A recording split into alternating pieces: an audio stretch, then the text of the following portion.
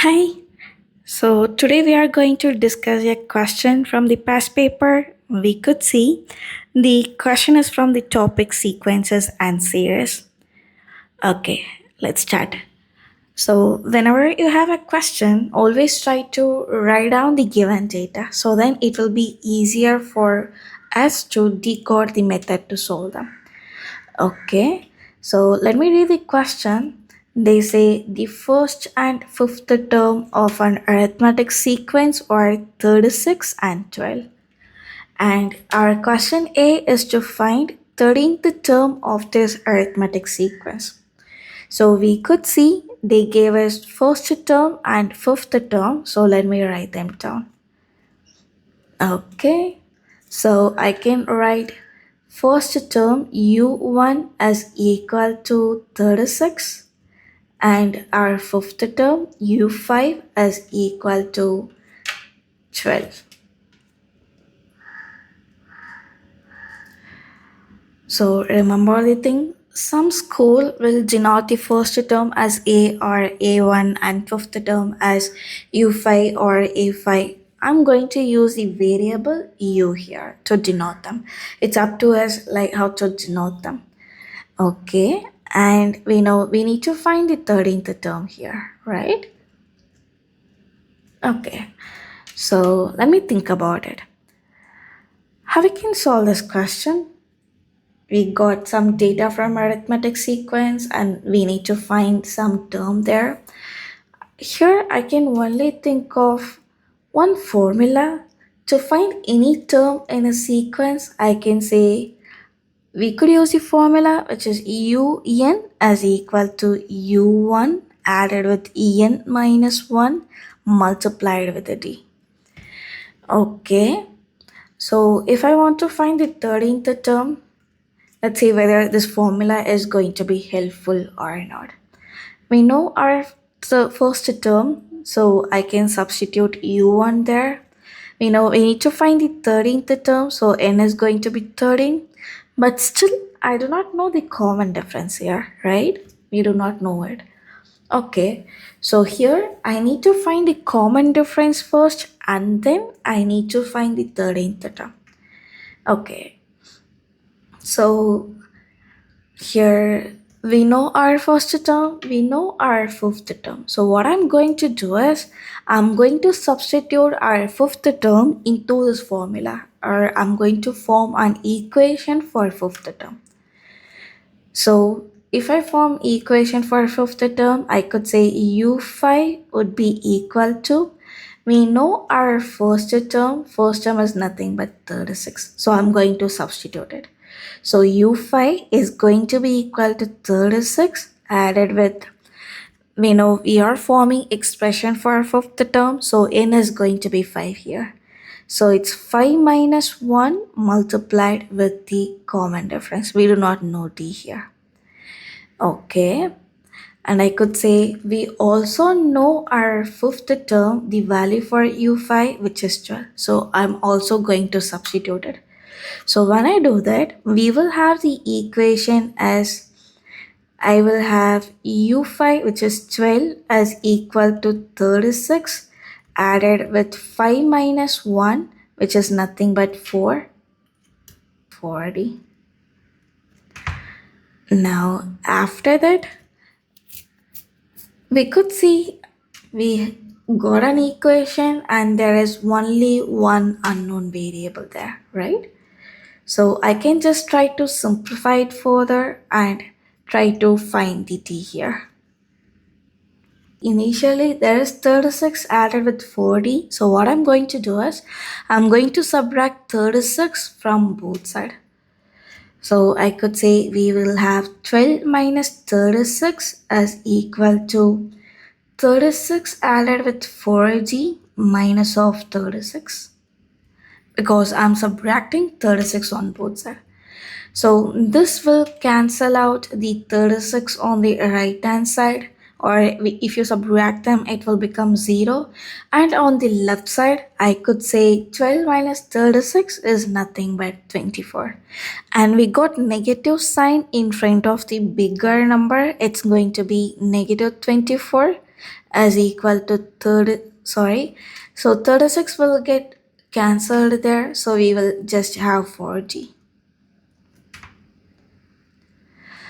Okay, now to get the d, I could see 4 is multiplied with d there, so I'm going to divide by 4 on both sides.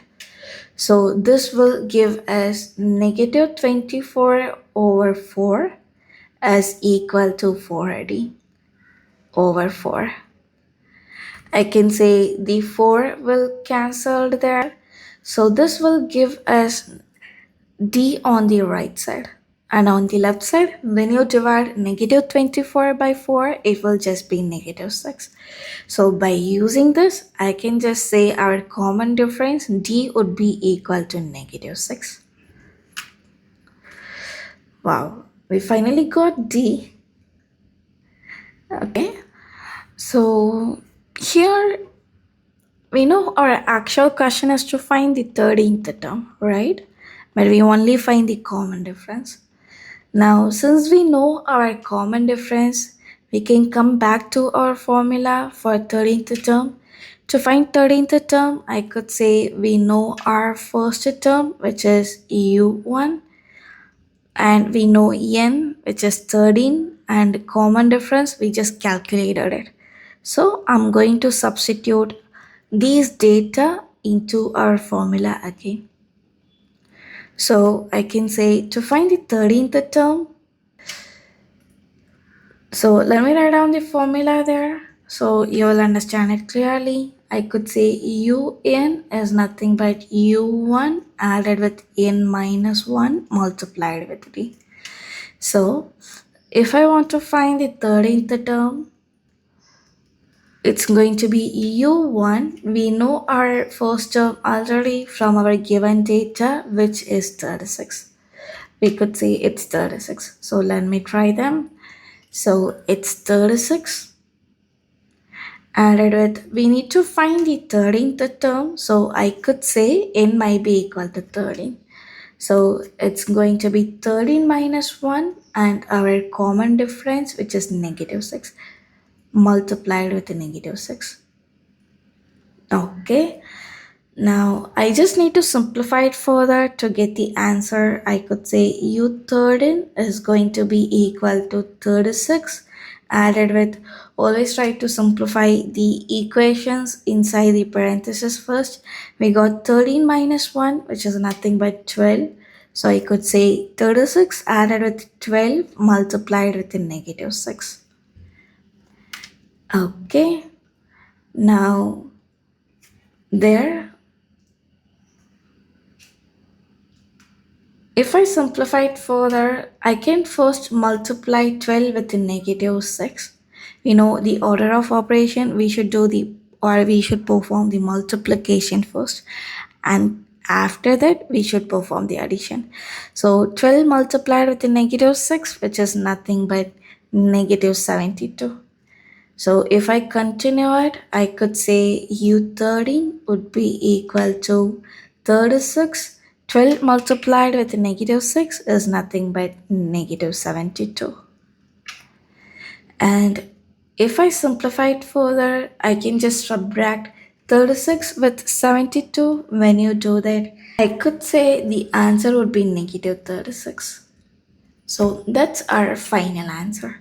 We need to find the 13th term and we got the 13th term as 36, negative 36. That's our answer here. Okay, good. Okay, so we just find the answer for the 13th term. We know it's going to be negative 36. We could also see there is another question, which is part B. They say the sum of first n terms of this arithmetic sequence is 0. So if I express our given data as an equation, they say sum of first n terms. To denote the sum of first n term, I could say it's going to be Sn. They say Sn is going to be 0. Sum of first n terms of arithmetic sequence is 0. Now we need to find the value for n. So again, Let me think about the formula. For arithmetic sequence, we got two different formula here. Let me write down the formula. To find sum of terms, I can use the one of the formula. It's going to be n over 2 to u1 added with n minus 1 multiplied with the common difference. We also got another formula which is ESN is equal to n over 2 and u1 added with un. In case if you know the nth term, you can use the second formula directly. It will be a lot easier. But if you do not know the nth term, we should use the first formula. So in this case, we do not know how many terms are there. We only know we are going to find sum of first n terms. We do not know actual value for n here. So we are going to use the first formula. Let's say I'm going to substitute the known data in the formula. So we know Sn is going to be equal to 0. We do not know the value for n. So it's n over 2. We know the value for first term. So it's 2 multiplied with earlier. If you recall it, we got the first term as 36. So u1 is going to be equal to 36. And added with, we do not know the value for n, so it's still n minus 1, and we just calculated the common difference, which is negative 6, so it's multiplied with the negative 6. And we also know the value for Sn is going to be equal to 0, so I'm going to equate this equation as equal to 0. Now we just need to simplify it further.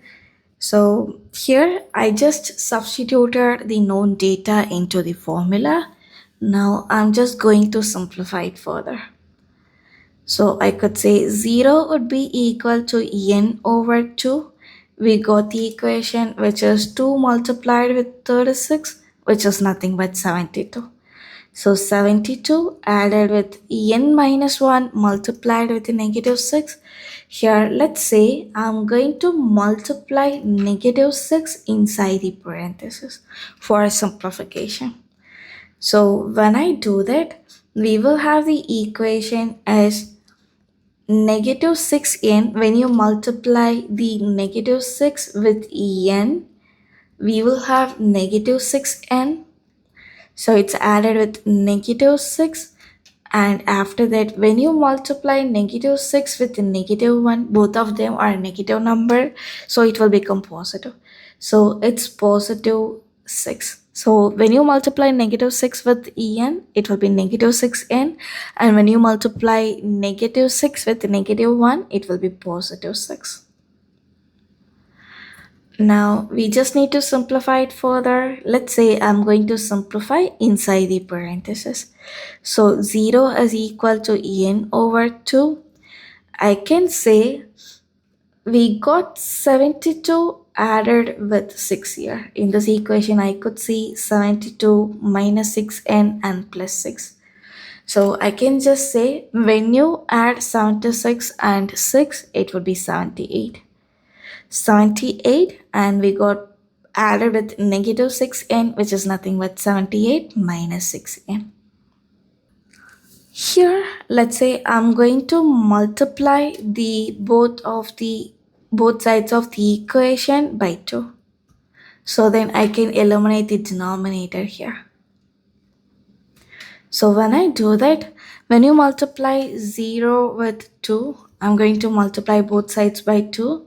So when you multiply 0 with 2, let me write them down. It will just be 0, and on the other side, n over 2 multiplied with 78 minus 6n multiplied with the 2 again. So there I could see I can cancel out 2 in the numerator and 2 in the denominator.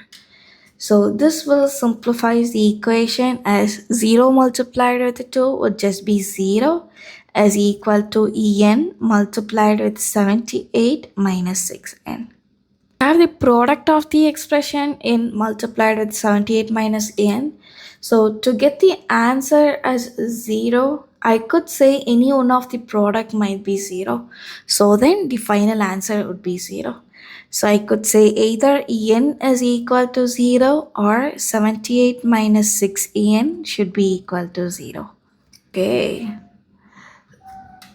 So if I write them down, I could see one of the answer is n as 0. I could say this is not possible. Sum of n represents 0 here, which means there are no terms in the arithmetic sequence. But they say sum of first n term is 0, right? This is not meaningful. So I'm going to reject this answer.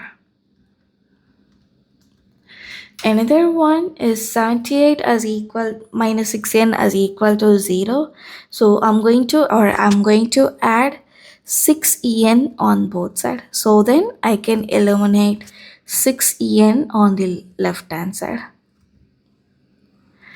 So by using that, I could say 78 would be equal to 6en. Now to find en, I could say 6 is multiplied with our en there. So to get the en, I can just divide by 6 on both sides. So we will have the equation as either 78 over 6. On the other side, it's 6en over 6. So I can divide by 6 on both sides, 6 on the numerator and denominator. And 78 divided by 6 is nothing but 13. So I could say en is 13. So that's the value for en. Of n. So we got the value for n. So sum of 13 terms is 0. Okay. So I hope you understand this question. I hope now it's easier for you guys. And for when you look at the video, you may think this is too hard or this is too long. But if you solve it on your own, it will be a lot easier. If you practice these methods on your own, it will be a lot easier. So to explain it clearly, I'm just explaining each step, describing each step. That's why it's taking long. But if you understand the concept and if you try to solve it on your own, you can try to solve them within 4 or 5 steps. So I hope you understand this question. If you have any doubt, you can comment under this video, or you can also send the email to our Gmail ID, so which will be on the description. You can also send your doubts on mail, which will be in our descriptions, or you can check it in our channel. Also try to follow us on YouTube, and please try to subscribe us on the YouTube, and try to follow us on the Instagram. And we will see you soon. We can discuss more and more questions in future, and we can also try to discuss more challenging questions in future. Bye. Take care.